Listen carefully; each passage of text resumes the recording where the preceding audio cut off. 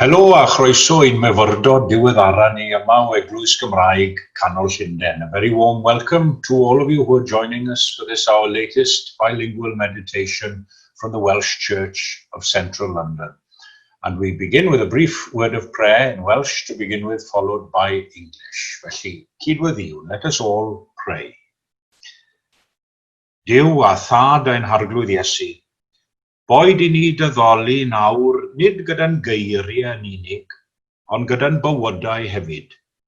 Nid yn unig y funud hon, ond am byth. Nid yn unig ble bynnag rydym nawr, ond ym mhobman. God and Father of our Lord Jesus, may we worship you now, not just with our words, but with our lives also. Not merely this moment in time, but always. Not only where we find ourselves at present, but everywhere. A hynny gogoniant iddyn Amen. Felly, i ni'n edrych ar eiriau o lyfr y proffwyd Zechariah heddiw. We look at words found in the book of the prophecy of Zechariah, the 3rd chapter and verses 9 and 10. Here they are in Welsh first. Symudaf y maith anwiredd y tir hwn mewn un diwrnod.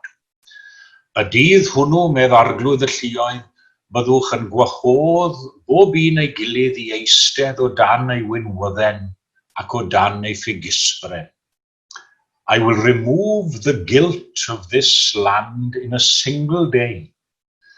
In that day, says the Lord of hosts, every one of you will invite his neighbor under his vine and under his fig tree.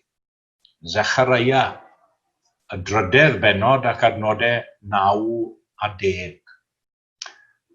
Ac mae llyfr y proffwyd Zechariah yn llawn o weledigaethau diddorol iawn. We have many interesting and instructive visions in the book of the prophet Zechariah. The vision of the measuring line, the vision of the golden lampstand, a flying scroll, 4 chariots, a woman in a basket. Those are some of them, just to mention a few. Ac ymhlith y cyfan mae'r weledigaeth hon sy'n disgrifio'r dyddiau hapus yna pan fydd yr arglwydd yn maddau holl bechoder bobl, a phawb yn eistedd mewn heddwch gyda'i gilydd. The vision was obviously intended for Israel at the time, but we can quite easily substitute us as a country, a nation, and us as individuals, all lands and all peoples in all times, as being represented in this vision. 4 peth i'ch sylw heddiw. I usually have 3 headings, but I have 4 for your consideration today. Firstly, to ask what is to be removed. Beth sydd i'w symud y maith. Mae'r testyn yn amdano wrth gwrs y maith anwiredd y tir. I will remove the guilt of this land. Now, what's meant by this guilt? The word iniquity is used in the King James Version of the Bible, and one of the definitions I came across for the word iniquity read like this: an absence of moral or spiritual values or an unjust act. It is a combination of not and equal from the Latin. Inequity, unequal. Felly mae'r ystyr yn gynhwysfawr iawn yn cynnwys popeth sydd ddim yn gydradd â Duw a chydydynoliaeth. It includes the whole spectrum and compass of mankind's inequality with God and with each other. Every failing and shortcoming possible. And the great variety of all that's to be removed is clear from the words, this land, y tir hwn, the offences of a whole nation, as it were. Dychmygwch am eiliad holl gatalog o anwireddau a phechodau gwlad gyfan. The whole mass united together, all the liars, cheats, fraudsters, slanderers, thieves and murderers, all thrown together in one big boiling pot of iniquity. But, says the verse, all the guilt is to be removed. What mercy, what love, what forgiveness, what a miracle. Mae'n amlwg o'r geiriau, wrth gwrs, bod Duw yn gallu maddau pob math o bechodau. Gai ofyn yn ddidwyll i chi heddiw a minnau gyda chwi. Beth yw'ch pechod chi, tybed? Beth bynnag y bo, mae Duw yn gallu ac yn awyddus i faddau i bawb, a hynny yn a thrwy ei fab Iesu Grist. Secondly, let's consider what is to be done with this guilt and iniquity. A dyma eiriau'r testun unwaith eto, symuda fy maith anwiredd y tir. I will remove the guilt of this land. We read in some sections of scripture of sin being wiped out. That's a very expressive description, isn't it? The slate being wiped clean with no trace of former mistakes. The verse preceding our text mentions a stone with 7 facets. And the removing of this guilt is like a stone or great burden being removed from our shoulders.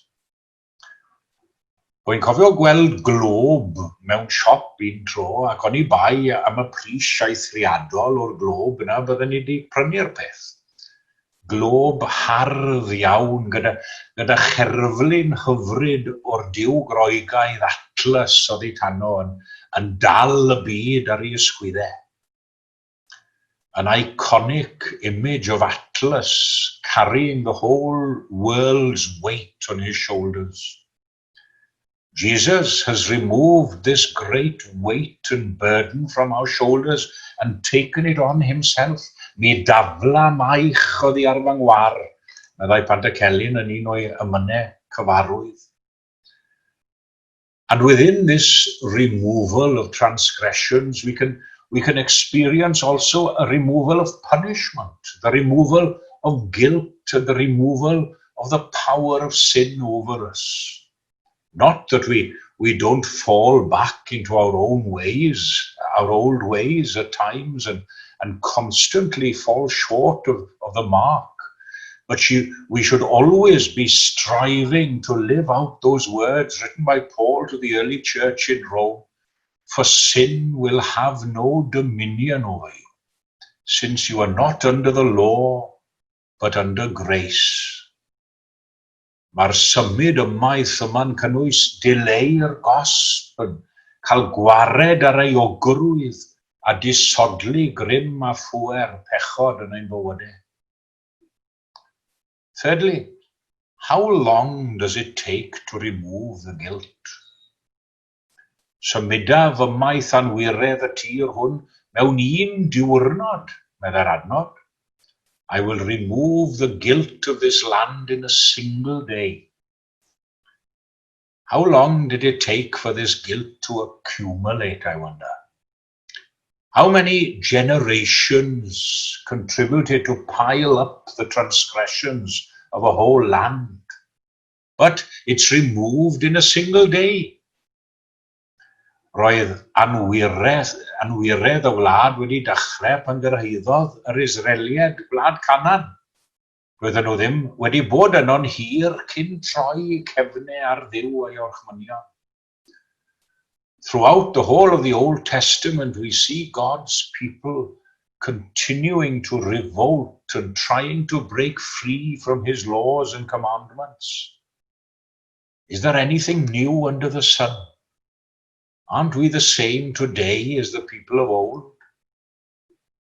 Ac yn ystod y blynyddoedd hynny, roedd Israel wedi cefnu ar Dduw, roedden nhw dal ond nhw'n dal I offrymu a berthau a rasor y deml, ond doedd I haberthau nhw heb gymryd I hanwireddau I ffwrdd.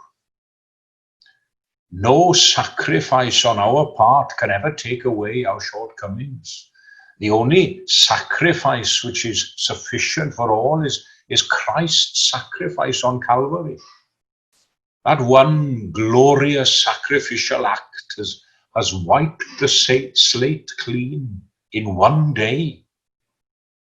No further sacrifice is needed. Unwaith am byth oedd ddigon I wisgo'r goron graen, meddai'r hyn I mi. This is the great triumph of Christ. As dreadful as our sin is, his cross is more glorious. As awful as our transgressions against God's law are, Jesus removed them forever in a single day.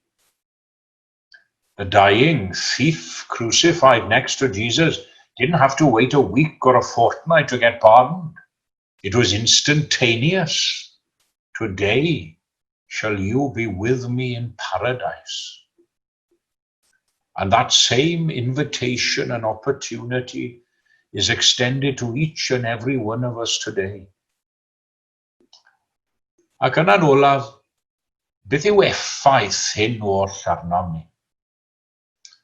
After considering what is to be removed, what is to be done with it, and how long it takes, my final point is to ask, what is the effect of it all? In what state do we find ourselves following this pardon or removal of guilt? Dyma'r testyn unwaith eto, byddwch yn gwahodd bob un ei gilydd I eistedd o dan ei wynwydden ac o dan ei ffigysbryn. Every one of you will invite his neighbor under his vine and under his fig tree. Yes, wherever divine pardon is extended, the peace of God is bound to follow on. Usually, during times of conflict and war, the trees are cut down. The people are kept indoors and often have to take refuge in air raid shelters or similar hideouts. But the picture painted in the verse of our text represents people sitting at ease in their gardens with the vines and trees as shelter, a scene of great peace and tranquility. Mae'r enaid hwnnw sydd wedi faddau yn enaid cael heddwch cydwybod a'i chlirio trwy'r gwaed. The text also implies neighborliness. Do you remember Jesus' own words when he was asked which is the greatest commandment? He said, to love the Lord your God with all your heart and with all your soul and with all your mind. That's what we read in Matthew. But then the verse goes on, this is the first and greatest commandment given by God, he said, but the second is like it. You should love your neighbor as yourself. Yeah, haws dweud na gwneud wrth gwrs, very easier said than done. And there's not only peace and neighborliness, but there's also comfort. They sat under the vines and trees, finding a cool retreat and shade from the heat of the day. Cymryd ar ôl I ni bod I ffwrdd o'r capel am 6 mis, fe ddwedodd un aelod wrthnos diwetha, dwi mor falch I fod nôl, meddai. Rwyf wedi anghofio am drafferthion y byd am o leiaf 1 awr y bore yma. A rwy'n teimlo mod i'n gallu wynebu'r wythnos nesaf yn well nawr, ar ôl bod yma. Yeah, when we sit under the shadow of Christ himself, under the leaves and branches of his truth, the true vine, in the shade of his love and forgiveness, There's no better company in the world. There's no better home than the home where Christ abides. Bydde di'n unne felly fod loni dweud bob amser gyda'r salmydd, dewisiwn gadw drws yn hif yn yw, o flaen trigo ymhebyll a newioldeb. Let's all pray today for perfect pardon and for perfect peace. A hynny gogoniant i'w enw. Amen.